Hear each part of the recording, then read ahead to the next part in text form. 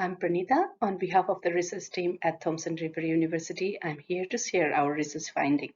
The title of our presentation is Rural Canadian Youth Eco-Anxiety.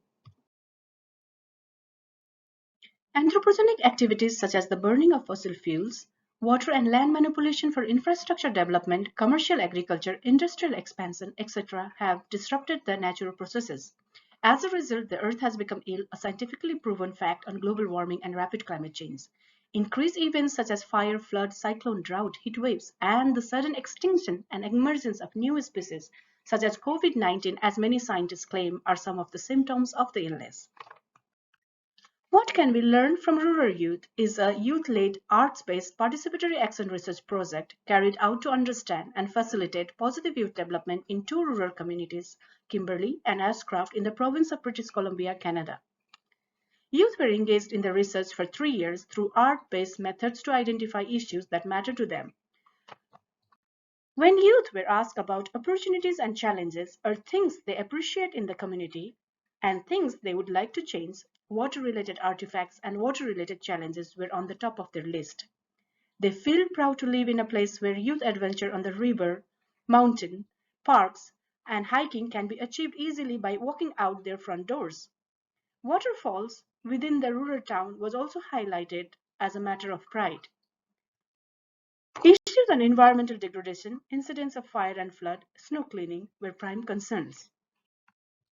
Kimberley youth expressed their concern through art, some of them to highlight. One youth painted cruise ship dumping sewage in the ocean causing water pollution. Another painted garbage island. Another painted disappearance of coral reefs. One of them painted a picture of Greta Thunberg, pioneer of Friday for Future movement, to highlight how far youth voices are being heard. One painted a picture with expression of sound, ah, to express youth mental health, representing anxiety, fear, and distress. In Ashcraft, youth discuss incidents of fire and flood they have experienced. Here are some of their voices. My name is Rhea, and I just graduated from Desert Sands Community School. My name's Lene, and I am a current student at Desert Sands Community School. This first photo was submitted by one of our youth participants, and it shows the property damage that was created after a fire was let burn due to administrative boundaries. The community is now left with grief and loss, and the damage that remains is a reminder of the natural disaster. This is a home in one of our communities that was destroyed by a flood. The house is now left abandoned and is a source of grief and unease amongst the community, as it is not only a reminder of the disaster, but is a safety hazard for the community. The mouth is a positive and natural spot where the Bonaparte meets the Thompson River. It is a place youth can gather, swim, and have fun in a natural environment with water. This is the swimming spot in the river where youth used to come and gather for a fun, safe place to hang out, as there is often little to do in their small communities.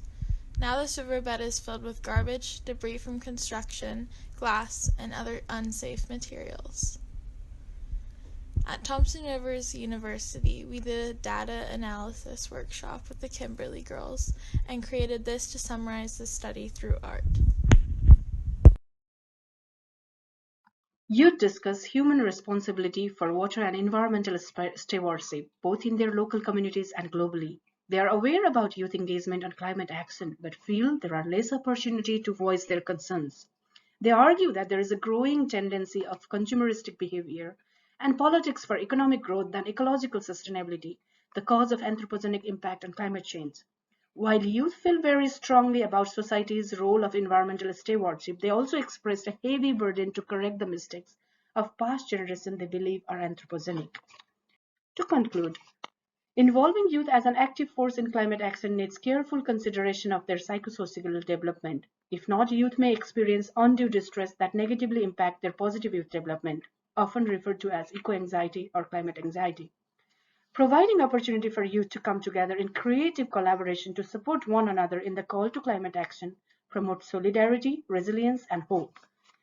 Concerns and rights of rural youth need to be addressed, keeping in mind that their life experiences are different and more closely connected to water and the environment. Ongoing power and politics around water and natural resource management and rapid changes in climate do have impact on psychosocial development of rural youth. our acknowledgement to individuals and organizations who have supported this study. A music video prepared by youth during the study to express their voice can be found here. Thank you for your attention.